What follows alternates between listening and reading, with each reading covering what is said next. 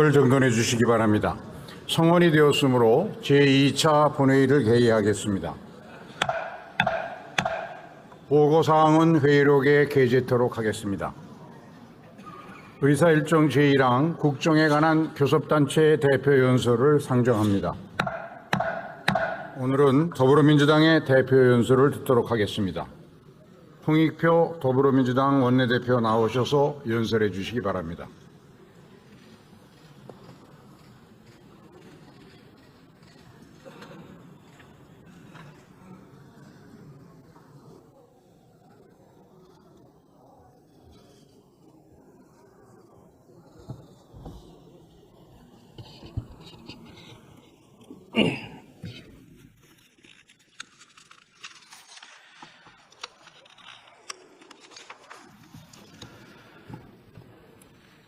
존경하고 사랑하는 국민 여러분, 김진표 국회의장님과 선배 동료원 여러분, 한덕수 국무총리 비롯한 국무위원 여러분, 더불어민주당 원내대표 홍익표입니다.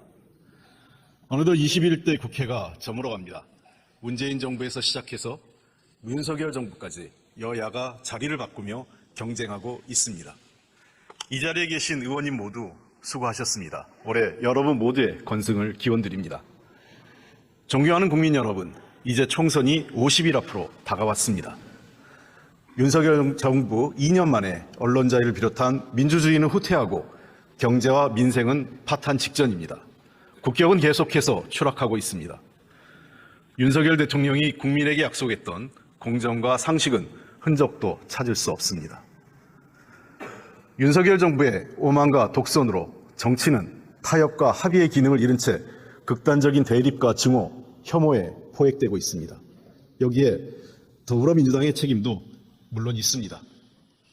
지난 시기 저희는 국민이 보내주신 성원과 기대에 부응하지 못했습니다. 더불어민주당이 부족했던 점에 다시 한번 머리 숙여 사과드립니다. 많이 부족하지만 현재 대한민국이 직면하고 있는 위기를 극복할 수 있는 대안 세력은 더불어민주당뿐입니다. 민주주의와 민생을 지킬 수 있는 힘을 모아주십시오. 오만하고 무도한 권력에게 입법부까지 넘어간다면 대한민국은 더 이상 희망을 찾을 수 없게 될 것입니다. 한국 정치에서 협력과 상생은 사라지게 될 것입니다. 이번 총선 국민의 선택을 통해 대한민국이 미래로 가느냐, 과거로 뒷걸음치느냐, 민주주의를 회복하느냐, 권위주의로 회귀하느냐, 공정하고 상식적인 사회냐, 반칙과 특권이 판치는 사회로 가느냐를 결정하게 될 것입니다. 깨어있는 시민의 행동하는 양심으로 다시 대한민국을 바로 세워주십시오. 더불어민주당이 바뀌겠습니다. 더 잘하겠습니다. 국민과 함께 미래로 가기 위해 대한민국 정치에서 사라진 상생과 협력, 관용과 협업의 정치를 시작하겠습니다. 소통으로 지혜를 모아 개혁과제들을 해결해 나감으로써 국민에게 힘이 되는 정치에 앞장서겠습니다. 존경하는 선배, 동료원 여러분, 오늘 저는 대한민국의 미래를 위해 관용과 협업의 정치를 말씀드리고자 합니다. 2015년 9월 14일 미국 워싱턴주 햄퍼드와 루이지애나주 리빙스턴에 있는 레이저 간섭계 중력파 관측소, 일명 라이고 검출기에 이상한 신호가 잡혔습니다. 이후 라이고 비르고 연구전에서 최초 중력파 검출로 명명되어 세상에 발표된 신호였습니다. 중력파 발견은 블랙홀, 중성자별, 초신성 관측에 새로운 눈이 생기는 천체 물리학계의 판도를 단번에 바꿀 획기적 사건이었습니다. 그런데 문제가 있었습니다. 누구도 모든 현상을 과학적으로 100% 완벽하게 증명할 수 없었고 하나의 현상을 해석하는데도 수많은 갈등과 논쟁이 존재했습니다. 그래서 과학자들은 이 역사적 발견을 검증하고 합의해가는 동안 1만 7천여 통의 이메일과 원격 회의 기록을 남기게 됩니다. 과다한 업무 중에도 민주적 절차를 지키고 경쟁 속에서도 합의에 이르러 2016년 2월 드디어 한 편의 논문을 발표했습니다. 그리고 다음에 관련 과학자 3명은 당연히 노벨 물리학상을 수상했습니다. 이 이야기는 중력의 키스라는 책에 담겨 있습니다. 작가는 중력파 발견의 전 과정을 말하면서 과학 실현의 과정이야말로 민주주의 사회에서 집단적인 가치의 등대로 구실할 수 있는 유일한 대안이라고 말했습니다. 연구 공동체 탐구, 가설과 검증, 논문이라는 전 과정을 통해 과학이 실행되는 현장뿐 아니라 민주주의 사회가 참조할 수 있는 합의 과정을 보여주고 있다고 믿었기 때문입니다. 과학은 논리적으로 결코 완벽하지 않았기 때문에 절차를 중요시했고 분업과 협업을 발전시켰습니다. 저 또한 이 이야기에서 특정한 가치를 놓치지 않는 민주주의, 개인의 권리와 의견을 존중하는 민주주의 실천 과정을 만났습니다. 아마도 과학에서 발전한 민주주의가 역으로 과학기술 발전의 원동력이 아닐까 생각도 해봅니다. 존경하는 국민 여러분, 국민의 생활 대부분도 마찬가지입니다. 경쟁하면서 협력합니다. 제빵사가 빵을 만들면서 농부를 떠올리기는 쉽지 않고 오직 생계를 위해 빵을 만들더라도 아침이 바쁜 이들에겐 하루의 에너지를 얻는 소중한 음식이 됩니다.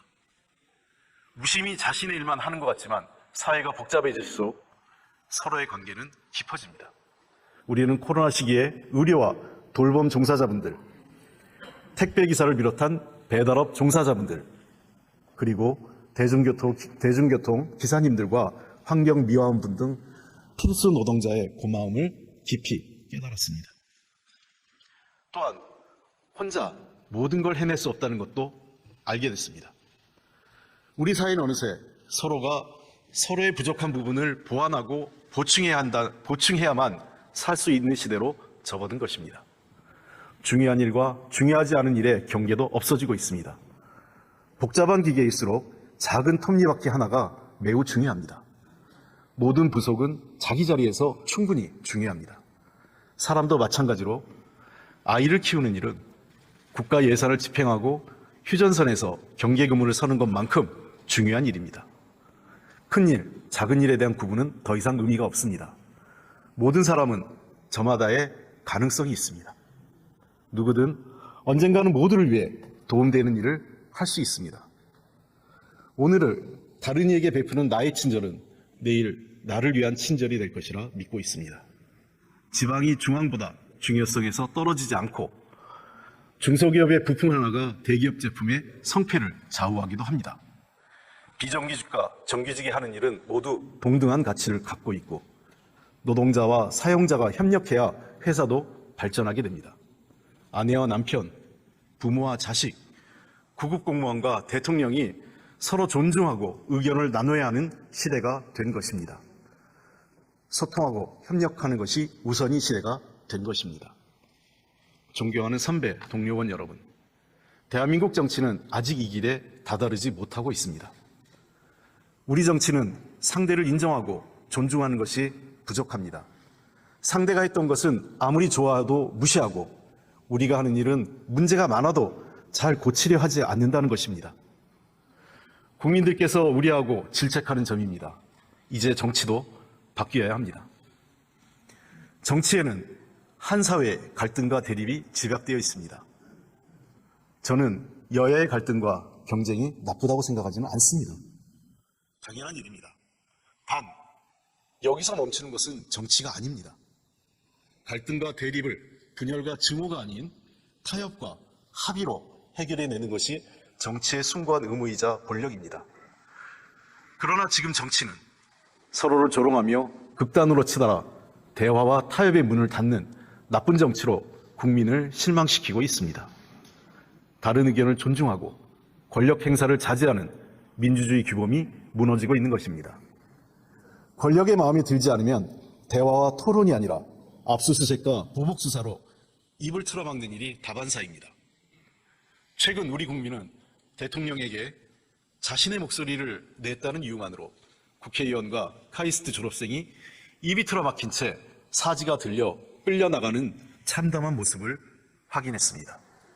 이들이 외친 목소리는 국정기조를 전환하라, R&D 예산을 복원하라는 지극히 아주 상식적인 요구였습니다. 그런데도 이에 대한 대통령의 응답과 사과는 일체 없었습니다.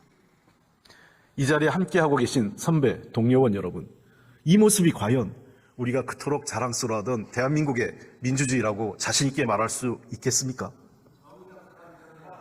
오늘날 독재와 민주주의 지도자를 구분하는 기준은 비판에 대한 대응 방식이라고 많은 정치학자들은 지적하고 있습니다.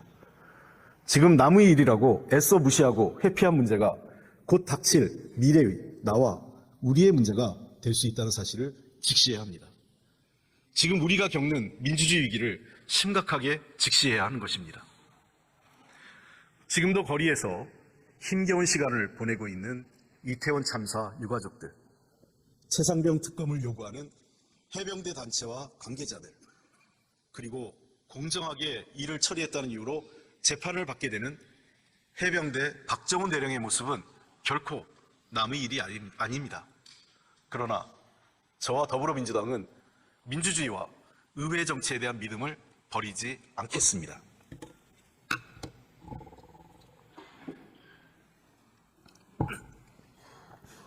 민주주의를 이룩한 위대한 대한민국 국민을 믿기에 무도하고 무능하고 무책임한 권력에 힘껏 맞서겠습니다. 더불어민주당은 국민과 함께 가야 할 길을 걷겠습니다.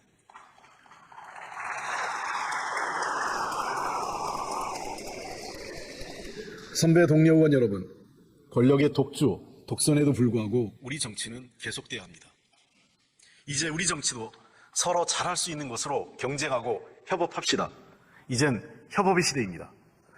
협업과 서로에 대한 관용의 눈으로 정치를 보면 정치가 해야 할 일이 이전과 다르게 보이리라 확신합니다.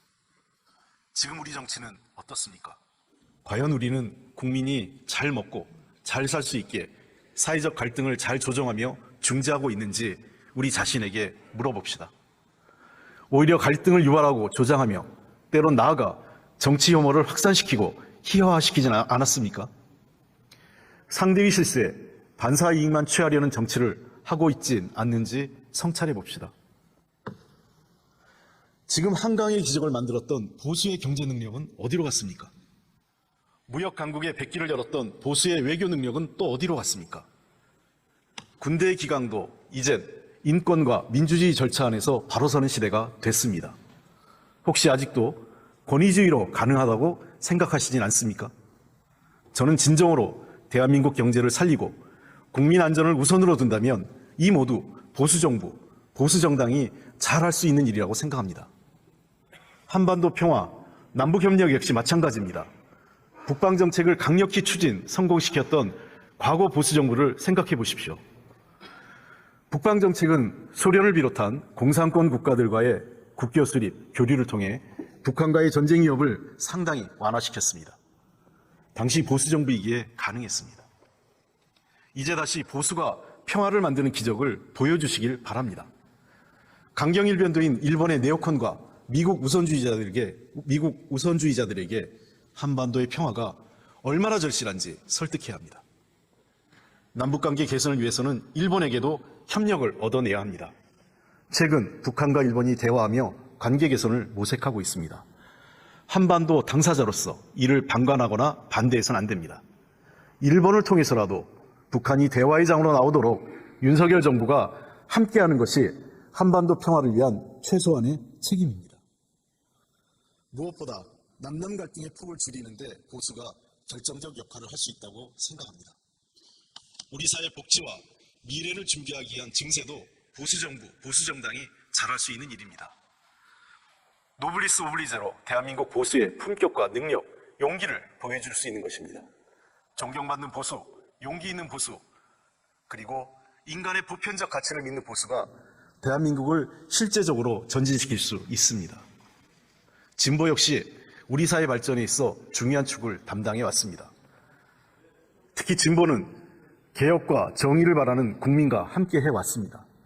다양한 생각과 요구를 가진 분들과 뜻을 맞춰보았고 함께 협력하며 거대한 권력에 맞섰습니다. 매우 의미 있는 경험들입니다. 진보는 서민의 고충을 해결하기 위해 태어났고 약한 사람들의 인권과 삶을 보호하며 성장했습니다. 진보는 협력하고 소통할 때 더 많은 일을 할 수 있었습니다. 그 결과 진보 정부는 의약분업, 한미 FTA, 상생과 뼈를 깎는 노력을 기울였던 시절이 있었습니다. 김대중과 노무현이라는 지도자 위에 이를 증명해내기도 했습니다. 보수가 사회 안전망을 비롯한 복지와 교육개혁, 노동개혁에 대해 준비가 부족하다면 진보가 협력하면 됩니다. 진보의 정책이 너무 앞서 나가 국민이 우려한다면 보수가 속도를 조절해주면 됩니다. 싸울 때 싸우더라도 협력으로 경쟁하는 정치, 조정자로서 경쟁하는 진보와 보수가 된다면 우리 국민이 가는 길에 우리 정치가 조금이나마 도움을 드릴 수 있을 것입니다.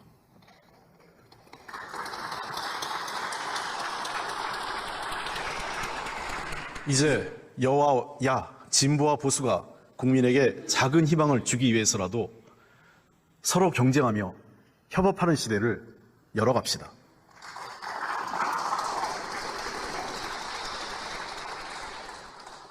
오늘 우리가 있는 이 자리는 한 사람의 위대한 성과로 만들어진 자리가 아닙니다. 협력하고 하나로 뭉칠 수 있었던 우리 국민 모두의 힘으로 만들어진 자리입니다. 관용과 협업의 시대를 직시할 수 있다면 우리는 어떤 지도자가 우리에게 필요한지 상상할 수 있을 것입니다. 독불장군식 독재로는 다양한 요구를 조화롭게 수용할 수 없습니다. 국민을 무시하고 겁박하고 수사만 하는 권력으로는 자발적인 협업을 이끌어낼 수 없습니다. 나만 옳다는 독선으로 1 더하기 1이 3이 되고 10 이상이 되는 협업을 만들어낼 수 없습니다. 이제 통치자는 더 이상 있을 수 없습니다. 선정을 베푸는 일방적, 시혜적 권력도 박물관으로 보내야 합니다. 국민을 가르치고 국민에게 지시하는 권력과 지도자가 아니라 국민 한 사람의 능력과 잠재력이 발휘되고 빛날 수 있도록 돕는 지도자가 필요한 시대입니다. 이제 우리 시대의 지도자는 전통적 리더십보다 파트너십을 중요하게 생각하는 지도자여야 합니다. 바로 3C형 리더십이 필요한 시기입니다. 첫째, 코퍼레이션, 협력입니다. 혼자가 아닌 협력으로 함께 일해야 합니다. 둘째, 코오디네이션, 조정입니다. 복잡한 사회의 다양한 요구와 갈등을 조정해내야 합니다. 마지막으로 커뮤니케이션, 소통입니다. 일방적 지시가 아닌 열린 자세로 경청해야 하는 우리 국민은 그런 지도자를 가질 자격이 넘치도록 충분합니다. 대한민국은 이제 세계 경제에서 매우 중요한 역할을 담당하고 있는 국가입니다. 자동차, 조선산업과 같은 전통적 제조업은 물론 ICT, 반도체 등 첨단 산업을 선도하고 있습니다. K-팝, K-드라마 등 우리 K-컬처는 세계의 많은 사람들로부터 사랑받고 있습니다. 또한 촛불혁명의 민주주의로 세계가 선망하는 국민의 나라이기도 합니다. 이 모두 위대한 대한민국 국민이 만들었습니다.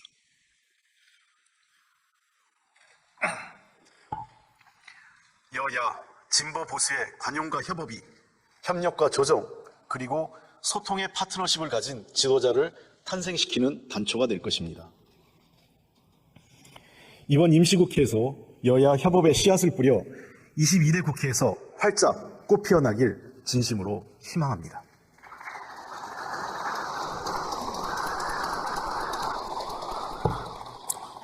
사랑하는 선배 동료원 여러분, 여와야, 진보와 보수의 첫 번째 협업 과제는 사람이 존중받는 공정한 경제 질서를 만드는 것입니다.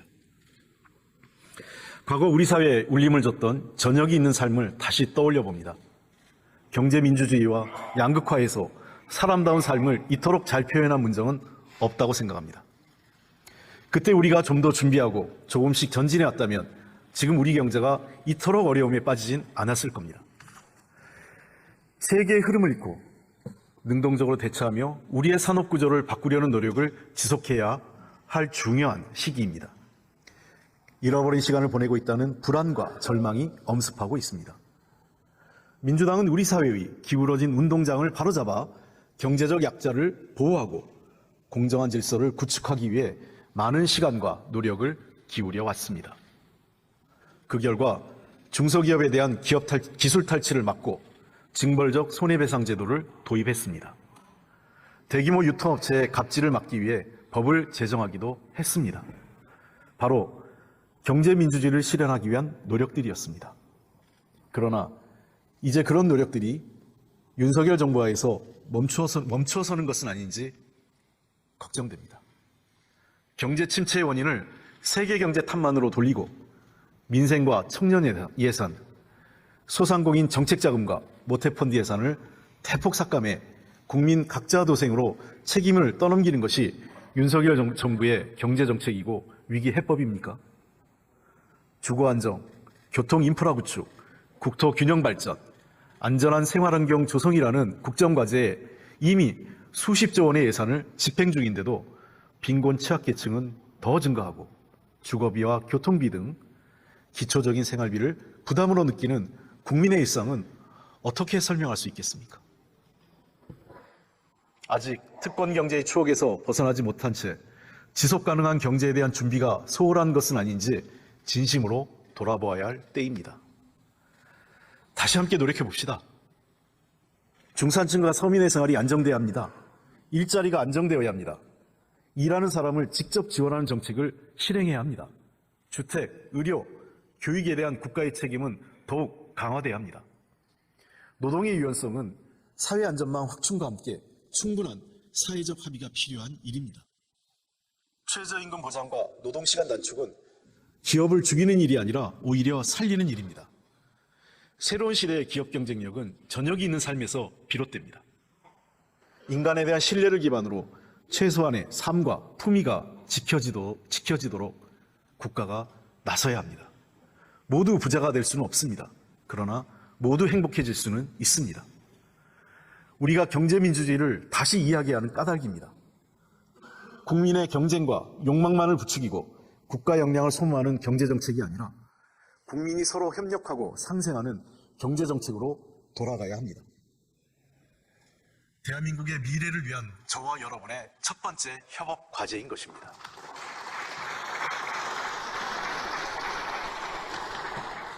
선배 동료원 여러분, 미래를 위한 두 번째 협업 과제는 혁신경제입니다. 과거의 경제발전 패러다임으론 더 이상의 발전은 물론 생존도 장담할 수 없습니다.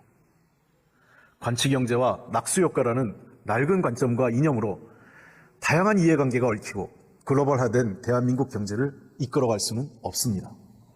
이제 그런 시대는 끝났다는 것을 인정해야 합니다. 새로운 분야의 도전은 언제나 우리에게 호재입니다. 대한민국 경제 규모와 과학기술, 국민의 능력을 보면 우리가 뒤처질 경우 어떠한 변명도 있을 수 없습니다. 이제 우리가 준비한 만큼, 노력한 만큼 앞서 나갈 수 있습니다. 우리가 어떤 방향으로 어떻게 하느냐에 따라 새로운 산업의 선도 국가가 될 수 있습니다. 우리가 표준을 만들고 협업 시스템을 만들어낼 수 있습니다. 우리는 수소경제에서 그 단초를 보았고 우리 기업들이 잘 준비하고 있다는 것도 확인했습니다. 정치가 잘 협력하고 제대로 지원만 한다면 우리 기업은 더 많은 성과를 이루어낼 수 있을 것입니다. 현재 인공지능이 혁신을 주도하고 있습니다. 고도화된 기술을 바탕으로 곧 글로벌 경제 성장의 새로운 모멘텀이 될 것입니다. 국내에서도 2022년 기준 인공지능 매출액은 4조 원에 달하며 연 42.7%의 성장률을 보이고 있습니다. 인공지능 기업은 2천여 개에 달하고 종사자는 4만여 명으로 빠르게 성장하고 있습니다. 챗 GPT 등장 이후 국내 기업들 역시 초거대 인공지능 플랫폼 개발 경쟁에 본격 참여하면서 많은 성과를 거두고 있습니다. 중소 스타트업 기업은 초거대 인공지능 플랫폼을 이용하여 특화 영역에서 전문 인공지능 서비스를 출시하고 있습니다. 클라우드는 인공지능 산업의 핵심 인프라입니다. 글로벌 빅테크 기업들은 대규모 자본과 기술력을 기반으로 민간 영역에서 초거대 인공지능 인프라 기업으로 변신 중입니다. 그러나 국내 시장은 아직 글로벌 클라우드 기업이 지배적 지위를 차지하고 있지만 국내 플랫폼 기업과 통신사들도 이에 대항해 클라우드 산업을 강화해가고 있습니다. 인공지능은 기술 패권, 국가 안보와도 직결됩니다. 인공지능 클라우드 산업계 전반에 민간 투자를 촉진해야 할 이유이기도 합니다. 초고속, 저전력, 저비용의 국산 인공지능 반도체를 기반으로 하는 풀스택 전략을 강화해야 할 시점입니다. 여야가 힘을 모아 과감한 정책 지원을 통해 독자적 초고대 인공지능과 클라우드 인프라를 확충해야 합니다. 한국판 IRA법을 적극 마련해 우리 기업들이 해외 기업들보다 앞선 기술로 경쟁력을 갖추도록 통 크게 뒷받침해야 합니다. 현재 국회 과학기술정보방송통신위원회에 다수의 인공지능 산업 육성과 관련된 법률안이 올라와 있습니다. 국제 규범과 표준을 고려해서 정합성, 상호 운영성을 확보하고 사회적 합의를 거쳐 입법이 조속히 마무리될 수 있도록 노력하겠습니다. 과학기술의 퀀텀 점프는 없습니다. 실패를 허용하고 성과를 기다려주는 꾸준한 투자와 지속적인 격려가 필요합니다. 바로 여기에 국가의 존재 이유가 있는 것입니다. R&D 예산을 삭감하고 말로만 지원하겠다는 즉흥적인 정책과 부족한 통찰력으로는 대한민국의 기술 발전과 경제 혁신은 결코 만들어질 수 없습니다. 여야가 대한민국의 미래 먹거리, 미래 산업을 위해 머리를 맞대고 협업해야 하는 이유입니다.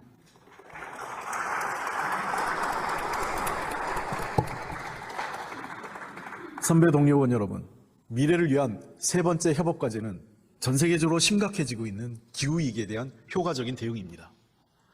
윤석열 정부 들어 기후위기 대응과 친환경 산업이 계속 후퇴하고 있는 것에 대해 많은 전문가들도 큰 우려를 제기하고 있습니다. 지난해 대한민국 기후변화 대응 순위는 67개국 가운데 64위입니다. 우리 뒤에 중동 지역에 산유국만 있다는 점을 감안하면 사실상 꼴찌 인생입니다. 참담한 성적표가 아닐 수 없습니다. 우리의 2022년 재생에너지 발전 비중은 7.7%로 OECD 국가 가운데 꼴찌입니다. 세계는 재생에너지 비중을 빠르게 확대하고 있는데 우리만 거꾸로 가고 있습니다. 2023년 태양광 설치 용량을 보면 중국이 240기가와트, 미국 33기가와트, 독일 13기가와트인데 우리는 2.7기가와트에 불과한 실정입니다. 정부의 재생에너지 정책 후퇴로 관련 산업의 일부 공장은 가동이 중단되고 국내 태양광 산업 전반에 피해가 확산되고 있습니다. 재생에너지, 친환경 산업을 정쟁거리로 전락시킨 이유는 여전히 의문입니다. 지난 정부 정책을 묻지마 폐기하기 위해 친환경 산업을 후퇴시킨다는 건 더더욱 말이 되지 않습니다. 제28차 UN 기후변화협약 당사국 총회는 최초로 탈화석 연료로 전환하자는 결정문을 채택했습니다. 2030년까지 재생에너지 발전 설비 용량을 3배 늘려야 한다는 구체적인 목표까지 제시하였습니다. 재생에너지 산업에서 뒷걸음질 치던 윤석열 정부와 국내 경제의 발등에 불이 떨어진 것입니다. 이제 대한민국은 경제 선진국으로서 국제적 규범을 준수해야 할 뿐 아니라 재생에너지 확대에 보다 신속하고 체계적으로 대응해야 합니다. 또한 관련 산업 활성화로 새로운 경제 발전의 토대를 만들어야 합니다. 이를 위해 먼저 제11차 전력수급 기본계획을 수립할 때 기존 계획보다 재생에너지를 3배 이상 확대해야 합니다. 2030년 재생에너지 발전 설비 용량은 2023년 대비 3배가 되는 최소 89,206메가와트가 되어야 하고 아리백 등 재생에너지 수요 증가를 고려하면 발전 비중은 30.7%가 되어야 한다는 연구 결과도 있습니다. 재생에너지 산업 생태계 회복과 아리백 달성을 위해 관련 지원 제도와 예산은 반드시 복원돼야 합니다. 관련 산업과 개별 기업은 물론 지방자치단체 차원에서도 아리백 추진과 지원책을 마련해야 합니다. 이와 더불어 해상풍력 보급 확대를 위한 법률안 역시 국회에서 처리돼야 합니다. 이미 국회 산업통상자원 중소벤처기업위원회에서 논의 중이니 여야가 대한민국 미래산업을 위해 조속히 처리하길 기대합니다. 이에 대한 국민의힘의 답변을 기다리겠습니다. 당장 서로가 가능한 것부터 협업의 정치를 시작합시다.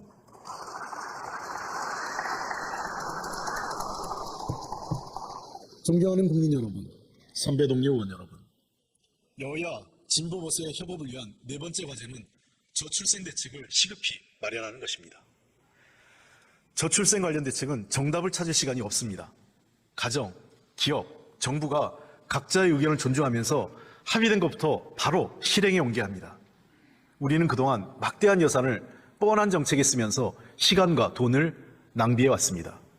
그러다 보니 제대로 된 대책도 실효적 성과도 만들지 못했습니다. 국민 여러분께 정말 면목이 없습니다. 이제 익숙한 실패의 관성에서 벗어나 틀을 깨는 과감한 발상의 전환이 필요합니다. 현재 정부의 저출산 고령사회위원회 부위원장과 상임위원 등 정부위원 9명 중 여성가족부 장관을 제외한 8명이 5, 60대 남성 1세입니다. 운영위원 9명 중 8명도 마찬가지입니다. 왜 청년들이 결혼하지 않고 아이를 낳지 않는지 현실을 제대로 알지 못한 채 탁상공론만 반복할 수밖에 없는 구조입니다. 국가전립과 관련된 이 문제에 대해선 지금보다 훨씬 과감하고 세심해져야 합니다. 국민의힘은 지난 1월 저출생 대책 공약을 발표했습니다. 기존보다 진전된 정책을 제시한 점 매우 환영합니다. 그동안 민주당이 제안해온 정책과 유사한 점도 많습니다. 아빠들의 출산 휴가를 1개월로 확대하고 육아휴직급여 상한액을 인상하며 유급 자녀 돌봄 휴가를 신설하자는 공약은 민주당의 공약과 대동소이하다는 점에서 서로 공감대를 형성할 수 있는 정책들입니다. 특히 엄마 아빠의 육아휴직을 신청만으로 자동 개시하도록 법을 개정하자는 공약은 기존에 민주당이 발표한 공약과 똑같은 내용입니다. 단 국민의힘이 제시한 공약은 실현 가능성을 보다 높이기 위해 보완할 점이 몇 가지 있습니다. 현재 배우자 출산휴가제도 활용 실적이 9.3%에 불과합니다. 따라서 민주당은 배우자 출산휴가 기간을 늘림과 동시에 사용자에게 고지만으로 사용할 수 있도록 하고 그 대상도 사실혼 관계까지 넓히도록 제안한 바 있습니다. 또한 육아휴직급여는 기준에 대한 개선 없이 상한액만 인상할 경우 최저임금을 받는 저임금 근로자들은 오히려 역차별 가능성이 있어 보완이 필요합니다. 더불어민주당은 중소기업 노동자 출산, 육아, 워라밸 프리미엄으로 월 정액 50만 원을 추가 지원하는 대안을 제시한 바 있습니다. 또한 자녀 돌봄 휴가 신설뿐 아니라 가족 돌봄 휴직 사유에 자녀 양육을 추가하자고 제안했습니다. 그럼에도 양당 사이 정책에 큰 이견이 별로 없습니다. 우리 약속만 하지 말고 신속히 행동으로 옮기자고 오늘 이 자리에서 다시 한번 정식으로 제안드립니다.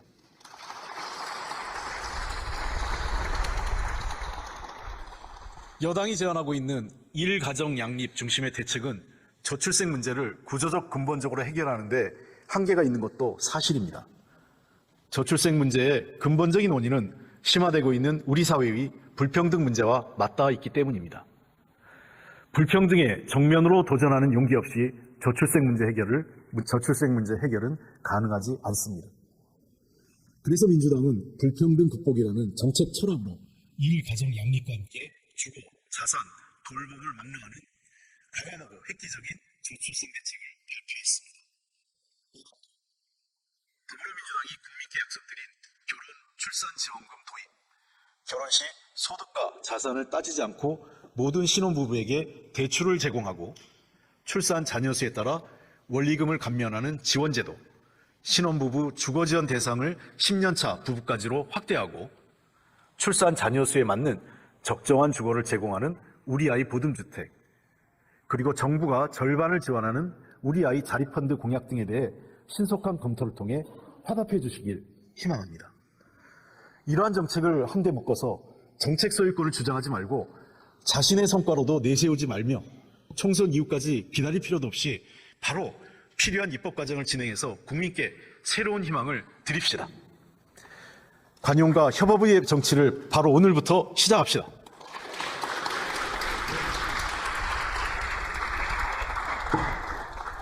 여와야 진보와 보수의 협업이 저출생 정책을 통해 22대 국회로 이어진다면 우리 21대 국회의 가장 큰 성과로 남을 것입니다.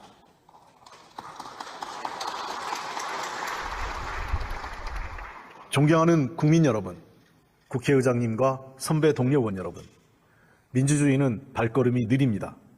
아주 작은 것이라도 합의할 수 있는 조각을 찾고 어떻게 하든 합의에 도달하기 위해 인내의 시간을 보내야 합니다. 무엇이든 빠르게 처리되기를 원하는 우리지만 합의 없이 결론에 이르기는 쉽지 않습니다.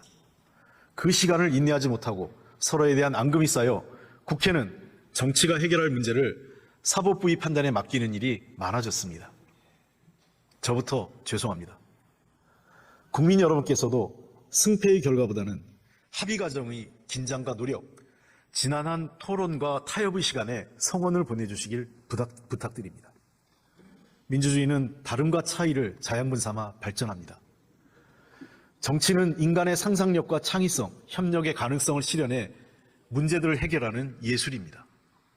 지금 법대로밖에 남지 않은 대한민국 정치는 다시 신뢰를 기반으로 경쟁하고 갈등하며 협상을 통해 타협과 합의의 길을 찾는 정치 복원이 필요합니다. 대한민국 국회는 다시 소통해야 합니다. 국민과 소통하고 여야가 소통해야 합니다. 정치가 국민의 꿈과 희망이 되고 갈등을 조정하는 균형자가 되는 날이 오리라 저는 믿습니다.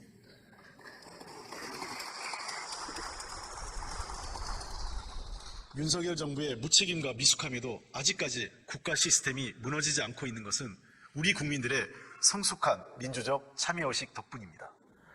우리 역사는 도전의 역사입니다. 고비마다 어려운 위기를 잘 넘기고 오히려 기회로 삼아 도약했습니다. 국민의 저력이 만들어낸 기적이었습니다. 존경하는 선배 동료 의원 여러분, 다시 한번 호소드립니다. 이제 여야와 진보 보수를 떠나 정치가 관용적 태도를 바탕으로 협업을 통해 미래를 준비해야 합니다. 우린 할 수 있습니다. 더불어민주당이 시작하겠습니다. 모두와 함께 하겠습니다. 경청해 주셔서 감사드립니다.